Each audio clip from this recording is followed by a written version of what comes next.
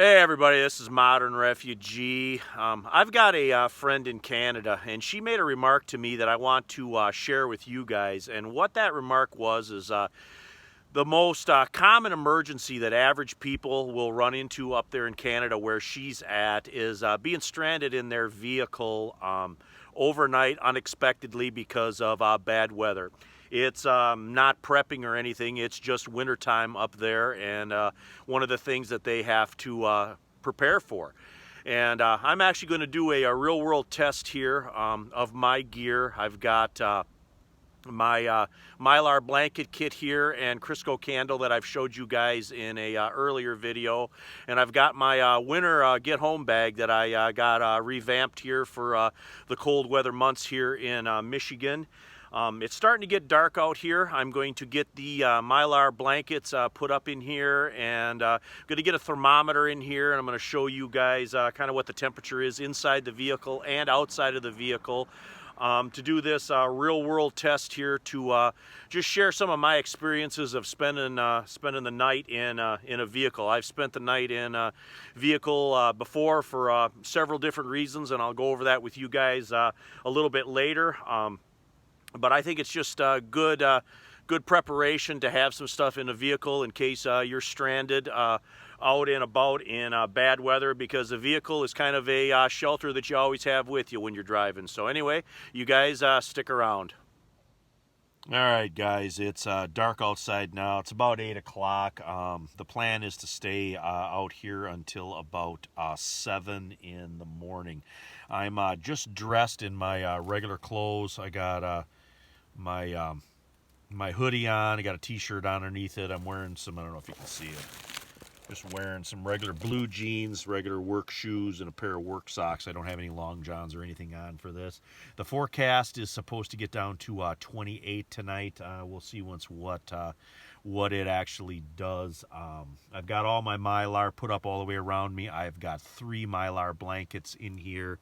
You can kind of see what I got behind me here. I'm gonna pan this around. Got the dome light on so you guys can see in here for me filming. Right up here in the passenger compartment, I've moved all my gear. I've got my winter get home bag right there. I've got my green Carhartt raincoat if I would need that, and then I've got my Swagman roll right here. Got regular matches here to light my Crisco candle. See if I can't open them and show you here. They're just regular matches in the container there. There's no lifeboat matches in that. You don't need any special matches for this. Got my Crisco candle. Word on the candle, I'm not going to light the candle until later when I absolutely need the warmth in here. The candle is a limited resource, so in a real survival situation, I would want to conserve that as long as possible. Got my little thermometer here. Hope you guys can see that. It is about 41 degrees outside, and it is about 60 degrees inside right now. It was actually about 55 when I first came out here, but just my body heat in here and these Mylar blankets have raised the temperature in here 5 degrees, so that's a good sign right from the get-go. I'm going to pull my black sleeping bag from my military sleep system out of my get home bag here, and that's what I'm going to sleep in tonight. Now remember, if you're using a sleeping bag in a situation like this, you want to unzip it and you want to put the zipped part down, and you want to stick your feet in the bottom. So you're not going to want to lay this on the seat and then try to crawl into it and zip it up, because if you do that, you're going to compress all your insulation in there, and it's not going to keep you warm. So you actually want to invert your sleeping bag once you have it zipped open, and stick your feet down in the bottom, then pull it up and leave both zipped halves on either side of you. It would be the same thing if you'd be sleeping in a hammock. That's the exact same way that you would use a sleeping bag in a hammock. Makes it much easier to get in and out of, and you don't compress that insulation, and that's the whole point. The Mylar bag on the driver's side door right here, I don't have that taped very well. I only got that taped in one position, and that's for if I have to get in and out to relieve myself. I don't want to tear all this down in the dark while I'm fumbling around. And I also have the back window behind me here cracked about a ½ inch, and that's to let some air in here and to help with the condensation, because as I'm breathing, I'm going to be breathing out water. So anyway, I'm going to kind of get situated in here now. I'm going to come back to you guys here in a little bit when I got the sleeping bag up and around me, and tell you guys a couple little stories here about spending the night in the vehicle. You guys stick around. Well, it's been about 2 hours before I doze off here. I'm going to show you. Temperature outside is 38 and it's 58 inside here. I still haven't lit the candle. Put the sensor about 10 yards on the other side of the truck here outside, so that's about how far the sensor is away from where I'm at here. You can see here I got my sleeping bag upside down, like I said earlier. Kind of see here where the seam is, and that way I can pull it up over myself, and I got my shoes down in the bottom. Now there's a couple I guess trains of thought when it comes to wearing shoes in a sleeping bag. Unless my shoes are wet, I leave my shoes on, maybe loosen them up a little bit, but I leave my shoes on. That way if I got to get up to go to the bathroom or whatever in the middle of the night, I don't have to fumble around putting my shoes on in the dark. I do the same thing when I'm camping out in a hammock. So I just leave my shoes on. It's more comfortable to take them off, but it's more of a pain to mess with your shoes. Another thing too, when you're sleeping in a car with a sleeping bag like this, and especially you're in the driver's side like I am here, when you want to get up to go to the bathroom or whatever in the middle of the night, you can take your sleeping bag and you wrap that over your steering wheel, and that way it stays up and out of your way, so then you can exit out, pee, whatever you got to do, and then you can come back in and you can put your feet right back down into your sleeping bag, and then that way you're good to go. So I'm still 20-ish 38 and 58, so 20 degrees difference inside here with just my body heat and these Mylar blankets, so I think that's actually pretty good. Couple other things that people mentioned in the comments on that other video where I kind of showed this system. They were recommended, people said to put a shovel in your car. I do carry a snow shovel. When the snow starts flying, I put a snow shovel in the back end of my pickup truck, and that stays in the pickup box until spring. Another thing that was mentioned that I kind of forgot was some type of orange or brightly colored piece of cloth or blanket that could be put outside if you were stuck or stranded, something like that, so people could see that something was there. Another thing that I have in here, I have road flares in here too. That's something too that would come in handy if you were trying to signal for help. So I wanted to kind of mention that stuff as well. I'm going to try to doze off now here, and when I wake up, I'm going to see what the temperature is, and then maybe light the candle, and I'll talk to you guys then.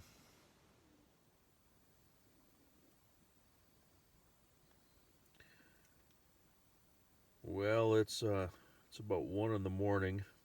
I fell asleep for a little bit. It's down to 52 in here. It's 31 outside. I decided to light the candle and put a little heat in here.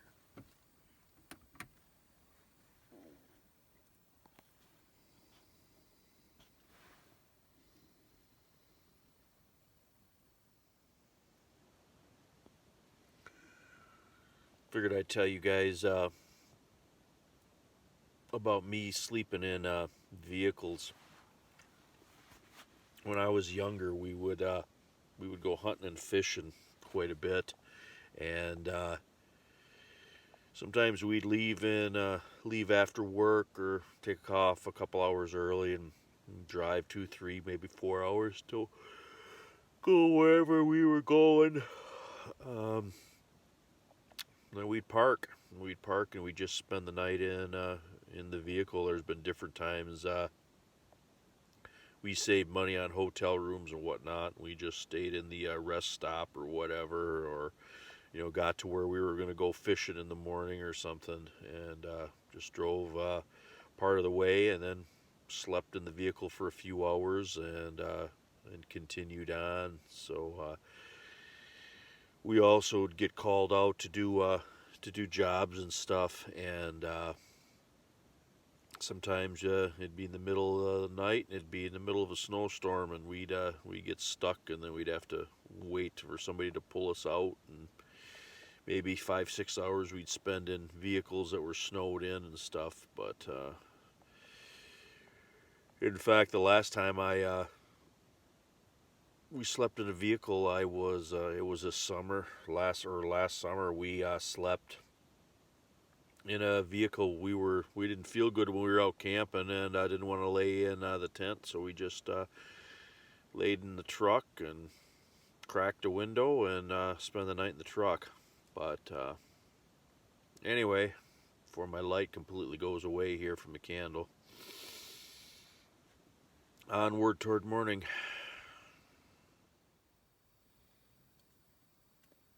Just woke up. It's about 4:30. It's 29 outside, and it's 44 in here. Candle still rocking. Just wanted to give you an update.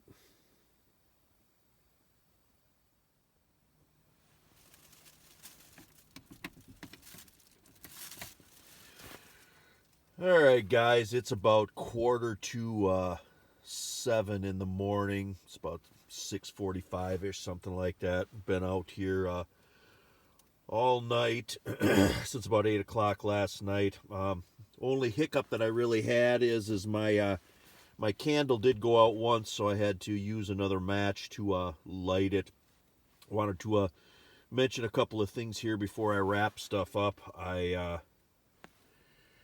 I got a battery charger out here. I know some folks said in that other video that I did where I showed this Mylar setup inside a vehicle that, to have a spare battery. But keep in mind, when it's cold outside, if you keep that battery out in the cold vehicle, that's going to sap the juice right out of it. So sometimes that's not a good thing. So if you want to have a battery pack, that's a good thing. But take that in the house with you, and always keep it charged, and just bring it out in the vehicle every day as you need it. Don't keep these battery packs out in the cold vehicles, because sometimes that's not gonna work for you. The other thing I wanted to mention here before I wrap everything up: when you're sitting up against the side of the vehicle, like for me, my left leg, your left leg's always going to get the coldest, so you always want to make sure that you have your blanket or whatever covering up that left leg, because cold, of course, sinks, and then, of course, that is going to be your leg that's closest to the door.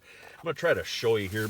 I don't know if it'll show up or not, but it's too dark, but there's quite a bit of condensation on the outside window. That's why I bring these Mylar blankets in from the window, so that condensation can collect on the window and not on the inside of your Mylar, because when you're breathing in here all night long, you're giving off moisture, and that condensation will collect. And that's even more important if there's 2 people in a vehicle. So if you're sleeping in here with somebody, you're going to want to keep that in mind. Here, I'll show you here see if you guys can see that there. We got 31 degrees. Oh, my light went out here. Hold on.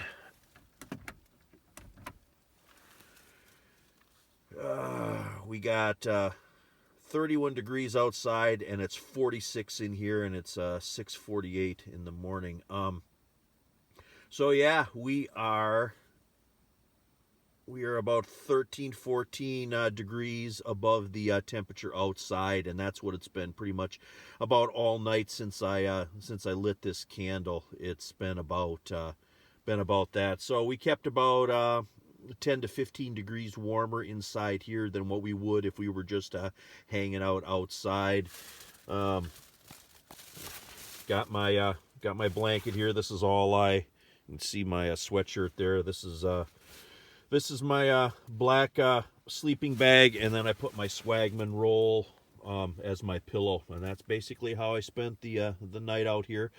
I'm gonna start getting around now. I got some stuff I got to do, some errands I got to run first thing this morning, so I'm gonna go ahead and take my little Mylar blankets down here and get my stuff packed up and start my day. But just wanted to share this all with you guys. Hope you guys got a little information out of my experience here, give you some ideas, kind of tag on to that other video that I did where I showed you guys this system in just a real world test, and got my pack there, use my sleeping bag and stuff out of that, and then my Swagman roll that I keep in my vehicle here. I got my Carhartt over there right here, but I never actually put that on and never needed it. I was okay with what I had here. So anyway, just wanted to show this stuff to you guys so you guys got some ideas for your own. But anyway, this is Modern Refugee. I appreciate all my subscribers out there. Hope you guys got a little information and a little entertainment out of this video here.